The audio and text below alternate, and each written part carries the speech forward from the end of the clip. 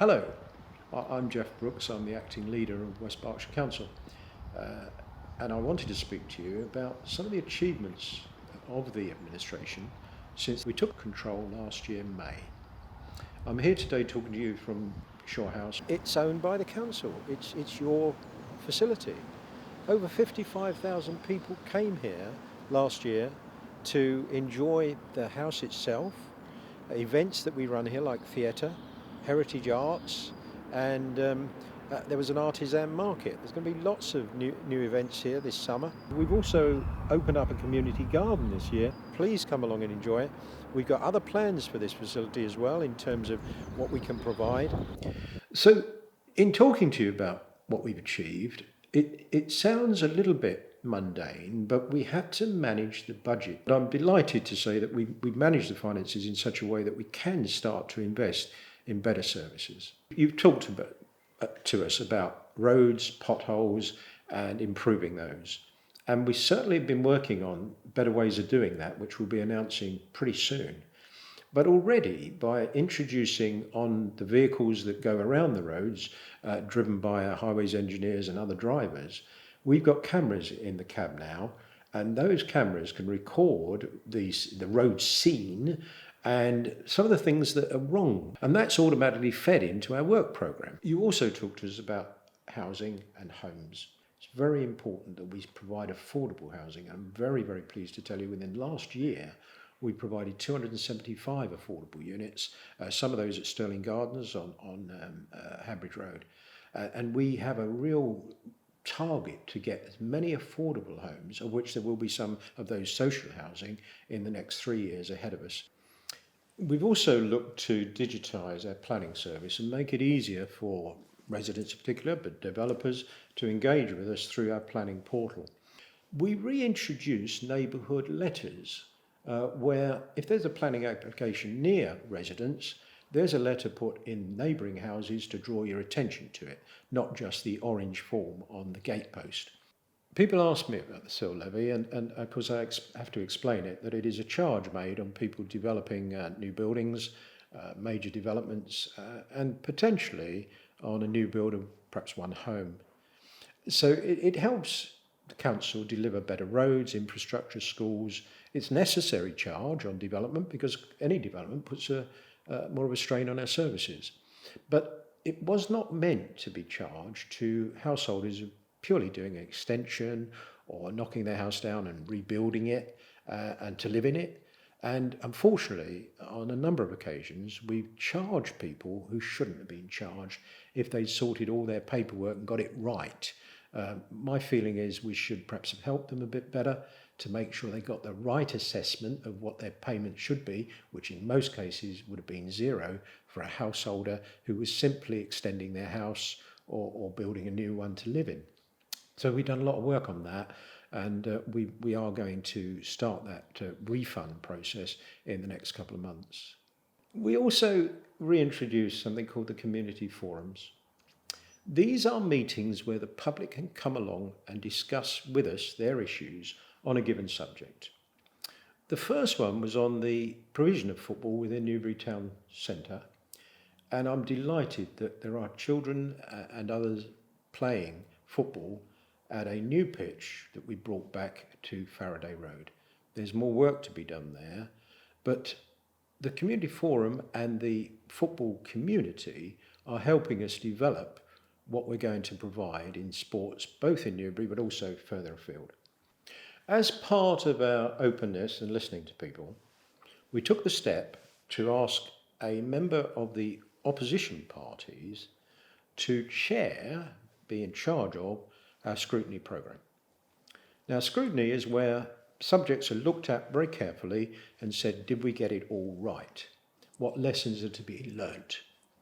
And that Scrutiny Commission is looking into things that it should, and then feeding back, this could have gone better, that could have gone better. Or what parts were good, what parts were bad, what parts we need to improve. That's important for us because for many years, that chairperson in charge of Scrutiny was a member of the actual ruling group. So it's very hard then to get that sort of critical friend and it's almost like marking your own homework. So that's changed, and it's important for you, the residents, to know that within the council we're being held to account. A little bit of a legacy of COVID. Other people know better than me how that's come about. But we've had to take more children into care in the last year. And what we've done in order to mitigate that is trying to get our population of foster carers up, because it's far healthier for children, if they do need to come out of their family home, to go to a foster carer than perhaps into a children's home. In terms of our schools, they remain good overall, and we're watching them carefully. Over 96% of children got their first choice school in this September round, so we're holding that up nicely. It's the ones who've got issues and challenges that we've got to step in and help, and that's where the foster carers come into place. You wouldn't expect me not to mention what we're doing on climate, and we actually broadened out our climate emergency to be a climate and ecological emergency that focuses us on doing better things for our environment and how we tackle climate change.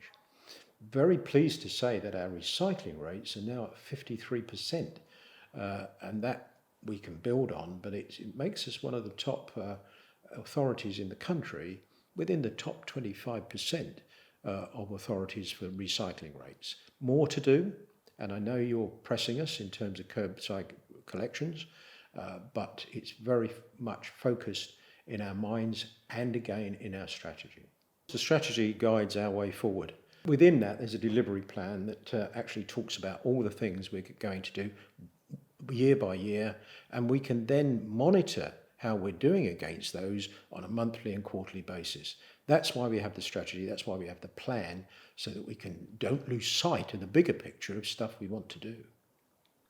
I want people, when they engage with the council, to feel that we've listened and tried hard to resolve their issues. It's a broad thing, it's about customer satisfaction.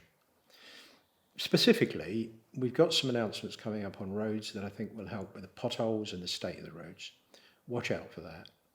We're going to put more money into sports facilities. We'll be starting that process, and not just in Newbury. We've got to look across the district at our sports offering. A lot to do there.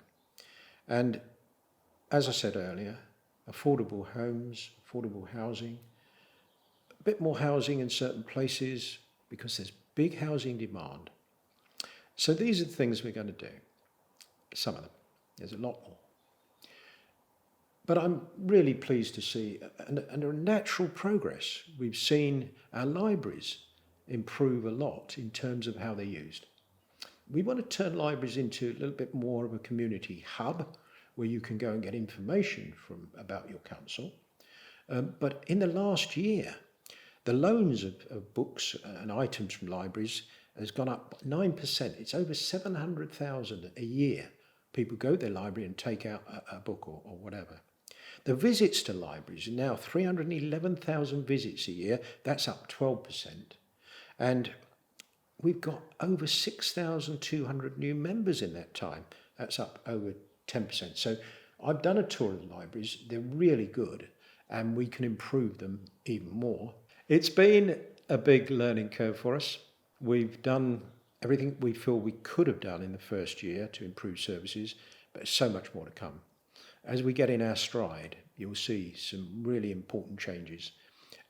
Give us a bit of time because it's a challenge, both financially, resource-wise. But I think we've done all right the first year. You'll be the judge of that, of course. And we'll do better year on year, and you'll see the difference. Thanks very much.